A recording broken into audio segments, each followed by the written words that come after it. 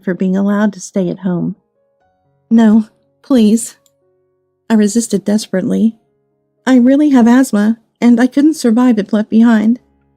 I truly am grateful for being allowed to stay at home. That's why I do so much housework. I pleaded. However, if you were really grateful, you wouldn't be coughing so much and making so much noise, would you? Seeing the night view would make you realize how fortunate you are. Maybe you should ponder about my future care overnight, too. They retorted coldly. Thus, I was forcefully shoved into the car by my husband. Of course, by this point, my smartphone had been confiscated. After driving for 3 hours, I was pulled by the arm by my husband and thrown out of the car into a pitch-dark, unknown mountainous area. Returning to the driver's seat, he slammed the door shut. I ran and clung to the car, but he honked the horn as if to say, "Don't come any closer." "Don't you ever come back, you parasitic leech." Camping sounds fun, doesn't it? From inside the car, my husband and mother-in-law said this through the open window. "Please, wait a minute." I cried out on the verge of tears, but my voice was ignored. With a merciless sound, the window closed, and then the car sped away in an instant. I watched the car's taillights disappear into the distance. When that light finally vanished, I looked around. There was no night view to be seen. There was not a single light. I wished I could fly. I looked up at the sky. In the pitch darkness, only the stars looked unusually beautiful. Without any lights, the sky seemed so beautifully close. I opened the zipper of the backpack, thrown out along with me. As I took out the contents, I took a deep breath. Having my smartphone taken away and being left in the mountains, I'm grateful being allowed to stay at home. I will live eating grass roots from now on. Please forgive me. I wondered if I should be on my knees to apologize to my husband and mother-in-law. I'd burned such plans of a husband and mother-in-law to the ground. It's time to fly. A few days later, I faced my husband and mother-in-law again. However, it was not at home. I was in a guest house. In a brightly lit room of a guest house, the new, clean walls reflected the sunlight, making the room appear even brighter. Such contrast to that night. I saw it on TV. Despite the reflected light, my husband began, trembling, with an ashen face that had gone beyond blue to almost black. On the contrary, I was in good spirits. Bright, just like today's weather. Well, I'm glad you did. Wasn't it good to hear some positive news? Yeah. I'll show it to you again. The owner of the guest house had kindly recorded it, and I deliberately played it on the TV for them.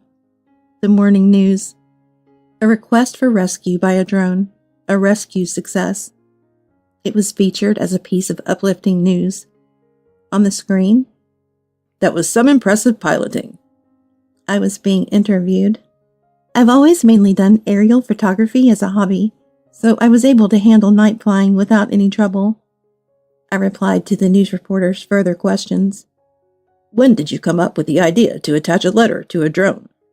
Smiling, I answered, "I've been planning this since my husband and mother-in-law mentioned wanting to abandon me in the mountains." While showing them this interview, I looked down on the two of them shrinking in size. How does it feel to have your actions exposed to the entire country? My husband and mother-in-law's lips quivered. "When did you become able to pilot a drone?" My husband asked in a thin voice. I snorted through my nose. "Ever since you two started calling me useless, I've wanted to fly away." The desire to fly only grew after my health deteriorated, and I was subject to their verbal abuse. I frequently gazed up at the sky with a sigh. One day, I saw a drone documentary on TV, which I left on during housework, and that gave me hope. I secretly learned it with the money I had saved before marriage. I couldn't bring myself to tell my husband and mother-in-law, fearing they would say I had started another expensive hobby. I couldn't imagine telling you about my drone to somebody who took my health insurance card away from me. It was easy to imagine you taking it and crushing it. When I thought I was about to be abandoned, I sneaked a foldable drone into my backpack. I attached a letter requesting rescue to it and sent it flying. The person who picked it up was the owner of this guest house. Thus, I managed to get rescued, and the news covered it. The request for rescue by a drone was all over the news. Seeing me on the news and then having their actions exposed nationwide, my husband and mother-in-law appeared pale-faced. "Well, it's good that you came over here without hesitation," I said nonchalantly. Actually, there had been 2 shadows lurking behind my husband and mother-in-law. That's why they were so pale. "I didn't think it would become such a big deal," my husband exclaimed. "Yeah, it's just a cough," my mother-in-law cried. At a level where you can enjoy camping." I laughed out loud at their utterly inadequate excuses, leaving me without consent, dragging me into the car, and then dragging me out of the car by force. My husband stumbled over his words. With the 2 of them at a loss of words, I gave a signal to the police officers. Then they approached them. Their shrinking figures were pressed down even further. "I ask you to come to the police station with us." "What?" They gasped, their mouths opening and closing like fish out of water. Unable to breathe in shock? I watched this scene and laughed.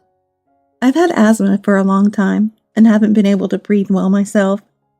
Now that the police are here, you understand, right? I boldly informed them of the magnitude of their actions.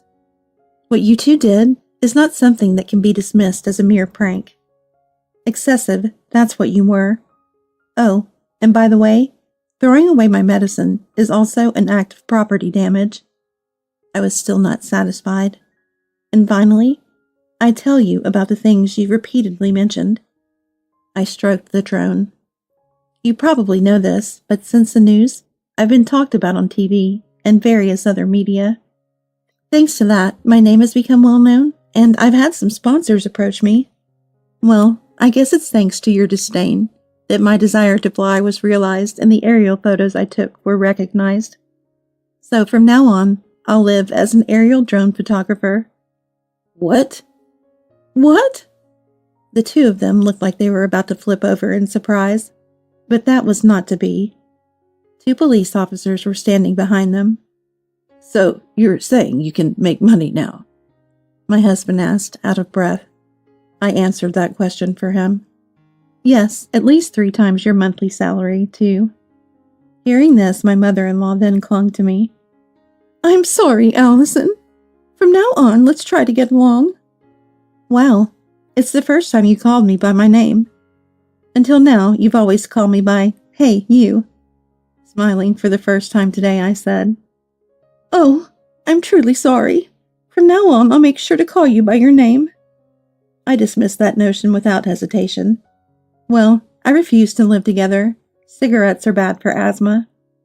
My husband, panicking, pulled a pack of cigarettes from his chest pocket and crushed it. Then, placed the crumpled box of cigarettes on the table between us as if it were a pledge. "I won't smoke anymore, so please don't arrest us. And let's live together and support each other." Are you joking? I meticulously placed the box of cigarettes back in my husband's chest pocket. Maybe you can manage by smoking into each other's faces from now on. Looking at the folded cigarettes that were no longer smokable, my husband let out a broken voice. Ugh. And so, my husband and mother-in-law were taken away by the police. Using their harassment as a reason, I received a substantial amount of alimony and divorced. Thanks to that news, I became an aerial photographer using drones. Since drones can shoot anywhere, I still live in this rural area where I've made connections after descending from that mountain. Having cut ties with my cigarette-blowing husband and mother-in-law, my asthma has somewhat improved. Of course, my medicines aren't thrown away anymore, and my treatment is going smoothly. From aerial photography, I have made further connections, and now I'm also participating in test flights for drone development projects. I can fly now, and I will continue to fly. I thought to myself as I gripped the joystick of my drone's controller.